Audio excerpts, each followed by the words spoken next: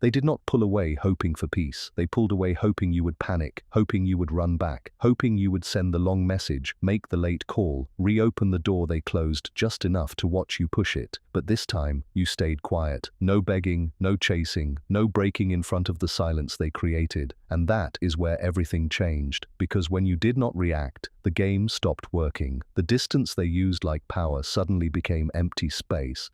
The pause they expected to control you with became the place where they started losing control of themselves. If you have ever felt that strange moment when your silence said more than your words ever could, stay here, because this is where most people miss the truth. What looks like rejection is often a test. What feels like your loss is often the start of your freedom. And what happened inside them after you stopped chasing is deeper, stranger, and more revealing than most people will ever admit. Watch closely, because by the end of this, you may see that their silence was never strength, and yours was never weakness. It was the turning point. And once you understand that, you will never read this kind of distance the same way again. What happened was not random. It was not just a bad mood, a need for space, or some harmless pause in connection. In many cases, this kind of emotional pulling away follows an old hidden pattern. One person creates distance, the other person feels fear, then the second person rushes in to repair what they did not even break. That pattern can look normal from the outside, but inside it holds a quiet form of control. The one who steps back seems calm, almost untouchable. The one who reaches out seems desperate, exposed, easy to read. And because this repeats enough times, both people begin to believe the same lie, that distance means power and pursuit means weakness. But look closer. The distance is often not freedom, it is strategy, sometimes conscious, often unconscious, but still a strategy. It depends on a reaction. It needs your fear. It waits for your message, your apology, your emotional urgency. The silence is not empty, it is loaded. It is waiting to see if you will close the gap they opened. Stay with this part, because it matters. The moment you stop responding in the expected way, the structure starts to crack. Not loudly, not all at once, but deeply. And once that hidden structure starts cracking, what comes out is not confidence. It is uncertainty, it is exposure, it is the truth they were trying not to face. When they moved away, they expected movement from you. That was the silent deal, hidden underneath the silence. They pull back, you lean in. They go cold, you get warmer. They become hard to read, and you work even harder to be understood. This is how the rhythm survives. This is how the emotional balance gets tilted without either person naming it. But your silence interrupted the rhythm. You did not rush to explain yourself. You did not fill the air with panic. You did not offer your value up for judgment. And in that stillness, something unexpected happened. Their distance stopped functioning the way it used to. It no longer pulled you closer. It no longer gave them the same feeling of emotional control. It no longer proved what they wanted proved. Instead, it turned back on them. It became a mirror. And mirrors are uncomfortable when someone has spent a long time avoiding what they carry inside. Because now there was no easy distraction, no emotional chase to manage, no response from you to study, decode, or use as proof that they still mattered in the center of your emotional world. There was only the quiet, and in that quiet, questions began rising. Why did you not reach out? Why did the old method fail? Why did the silence feel heavier this time? And if you do not miss me enough to chase me, then what does that say about the story I kept telling myself? That is when the real disturbance begins. Most people think silence means nothing is happening, but silence can be one of the most active forces inside a human connection. It exposes, it magnifies, it returns people to themselves. When you stop reacting, you remove the noise that usually protects the pattern. No arguing, no pleading, no emotional smoke covering the deeper truth. Suddenly, the other person is alone with their own thoughts, and that can be far more intense than any confrontation, because when there is no message from you, they cannot lean on their usual explanations. They cannot say you are too emotional if you are not reacting. They cannot tell themselves they had to withdraw because you were too much if you are no longer rushing toward them. The image they built of you starts to shake. The image they built of themselves starts to shake too. And this is where silence becomes powerful, not because it is punishment, not because it is a trick, but because it reveals what words often hide. It reveals dependence on your reaction. It reveals how much of their sense of control came from your predictability. It reveals insecurity under the cool surface. Watch this carefully because it is a detail many people miss. The silence that hurts them most is not angry silence, it is calm silence. It is the silence of someone who no longer feels forced to prove love, worth, loyalty, or pain on command. That kind of silence does not chase, it does not perform, it simply stands there, and by standing there, it changes the whole emotional field. Underneath this pattern, there is often an ego that learned a dangerous lesson very early. If someone chases me, I must matter. If someone fears losing me, I must be important. So instead of asking for closeness in a direct and open way, they create distance and wait to see who crosses it. That becomes their proof. Their value is measured not by honest connection, but by the intensity of your pursuit. And over time, this can become so automatic that they do not even see it clearly themselves. They just know that when they step back, they want to feel your movement. They want the message, they want the concern, they want the emotional evidence that they still hold a central place in your mind. But when you do not give that response, the ego loses the mirror it depends on. The expected reassurance never arrives. The inner voice that once said, "They will come after me," begins to sound less certain. Then doubt enters, not always about you, often about themselves. Am I still important? Did I misread everything? Was the control ever real? And once those questions start, they can become impossible to shut down. This is why your silence can feel so unsettling to someone who expected pursuit. It removes the easy confirmation they were counting on. It leaves them face to face with a deeper insecurity they usually keep hidden under cool distance, vague messages, or emotional retreat. And once that insecurity surfaces, they may become restless, confused, more curious, or even more withdrawn. Keep watching, because what happens next depends on whether they want truth or only comfort. People often mistake detachment for strength. They see the person who walks away, goes quiet, or acts unaffected, and they assume that person has the upper hand. But power in human connection is not really about who can leave the room first. It is about who stays anchored inside themselves when uncertainty enters the room. Anyone can go cold. Anyone can disappear for a while, anyone can create distance. That alone does not prove inner strength. Sometimes it proves the opposite. Sometimes it is the fastest way to avoid what feels too honest, too open, too risky. Real power is steadiness. Real power is not being dragged by the need to force closure, demand reassurance, or collapse at the first sign of emotional withdrawal. When you remained still, you shifted the center of gravity. Before, the connection may have revolved around their timing, their moods, their distance, their return. But your silence changed that. It broke the old feedback loop. They could no longer measure their impact by your reaction. The whole system lost its familiar shape, and that can feel threatening to a person who thought they were in control, because what looked like their power was actually borrowed from your response. Without that response, the distance they created no longer lifted them above the moment. It left them inside it. No applause, no proof, no emotional leverage. Just the raw uncertainty of not knowing where they stand anymore. And that is the moment the illusion starts falling apart. Slowly, yes. Quietly, yes. But once it starts, it becomes very hard to unsee. Beneath a lot of emotional avoidance, there is not a lack of feeling, but a fear of feeling too much. A fear of being seen too clearly, a fear that closeness will expose needs they do not know how to carry with honesty.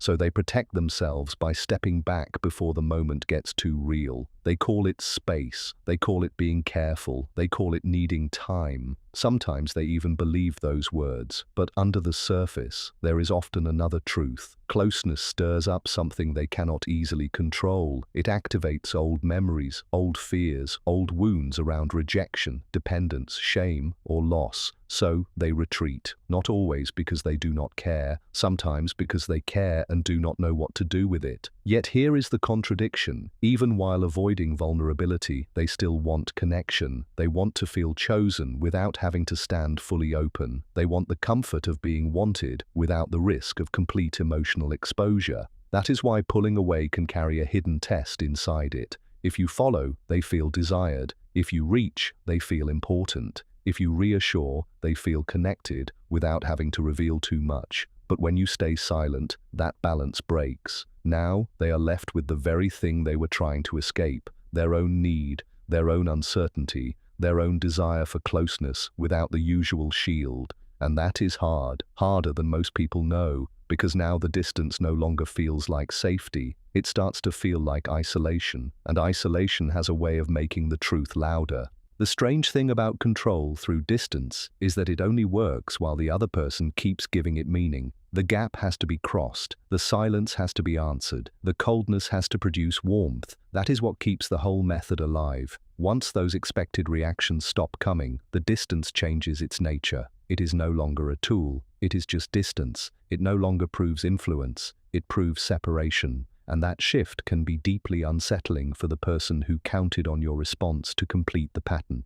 Because now the silence gives them nothing back, no reassurance, no emotional proof, no evidence that they can still shape the connection without risking direct openness. This is where many people become confused. They think, if I stay silent, won't they just move on? Sometimes, maybe. But often, before anything else happens, the silence forces a confrontation inside them. They have to sit with the absence of your pursuit. They have to feel what their strategy cannot repair. They have to notice that they are not receiving the emotional supply they expected. And whether they admit it or not, this can shake their inner story in a serious way. Keep listening, because this is the heart of it. Your silence did not magically control them. It simply stopped protecting them from themselves. It stopped helping them avoid the consequences of the emotional pattern. And once a pattern no longer protects, it starts to expose. What it exposes is not always pretty, but it is real, and reality is where change begins, even when change first feels like loss. For you, the silence was not just about saying nothing, it was about not abandoning yourself to keep the old pattern alive. That is a much deeper act than most people understand. The urge to reach out can feel overwhelming. The mind races, the body gets restless. You want to explain, you want to fix, you want to stop the uncertainty before it grows teeth. But every time you refuse that automatic reaction, something important starts happening inside you. You begin to separate your worth from their availability. You begin to see that not every silence deserves your panic. Not every withdrawal deserves your pursuit. Not every emotional gap is yours to close. This is inner work. Quiet, difficult, powerful inner work. Because non-reaction is not numbness. It is discipline. It is awareness. It is choosing not to let your value rise and fall with someone else's inconsistency. The old cycle may have trained you to believe that love is proven through chasing, repairing, waiting, enduring, explaining, and trying harder than the other person. But slowly, your silence teaches a different lesson. Love without mutual presence becomes self-erasure. Connection without balance becomes performance, and emotional loyalty without self-respect becomes a prison. So when you stayed still, you were not doing nothing. You were reclaiming energy, reclaiming perspective, reclaiming the part of yourself that had been trained to confuse urgency with devotion. And if this part hits hard, stay with it, because this is where the shift stops being about them and starts becoming about your freedom. Once the pattern is no longer fed, it begins to weaken. That is true of nearly every emotional cycle built on unconscious repetition. It feels permanent only while both people keep playing their roles. One withdraws, one pursues, one withholds, one overextends, one controls the pace, one carries the emotional weight. Repeat that enough times and it starts to feel like destiny. But it is not destiny, it is conditioning, and conditioning can break the moment awareness enters the room. Your silence was awareness in action. It did not attack the pattern, it did not argue with it,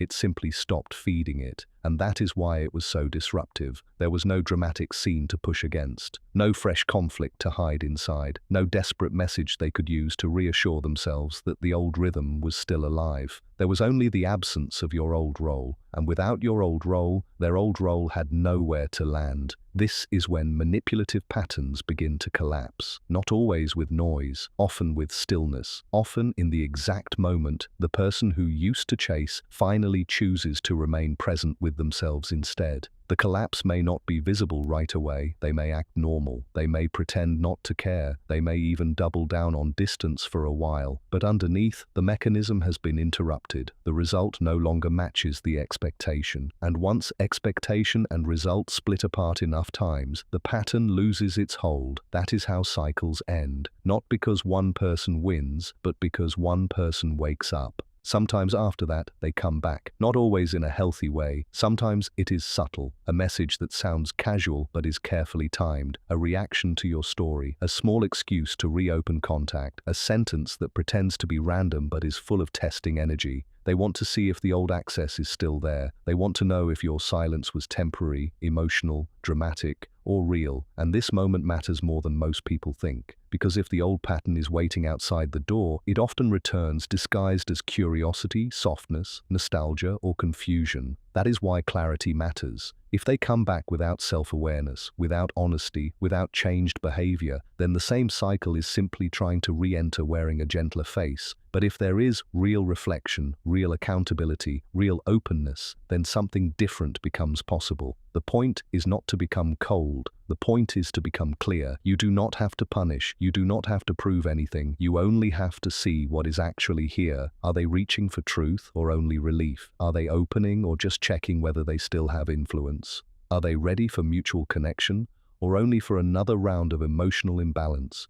These questions matter because once you have stepped out of the old cycle, you cannot safely return to it half awake. You know too much now. You have seen what your silence revealed. And once something hidden becomes visible, pretending not to see it costs more than it used to. There is also a hard truth here, and it deserves honesty. Not everyone who pulls away is calculating. Not everyone is trying to manipulate. Some people are confused, emotionally limited, unhealed, overwhelmed, or simply not capable of the depth they awaken in others. But even when there is no bad intention, the effect of the pattern can still be damaging. You can still lose yourself trying to understand someone who keeps turning distance into their language. You can still become trapped in overthinking, self-blame, and emotional waiting. That is why your silence matters whether they meant harm or not. It is not only a response to them, it is a boundary for you. It says, I will not keep bleeding meaning into behavior that consistently leaves me anxious, small, and uncertain. It says, I will not keep translating absence into hidden love. It says, I will not keep calling confusion a bond just because the intensity feels familiar.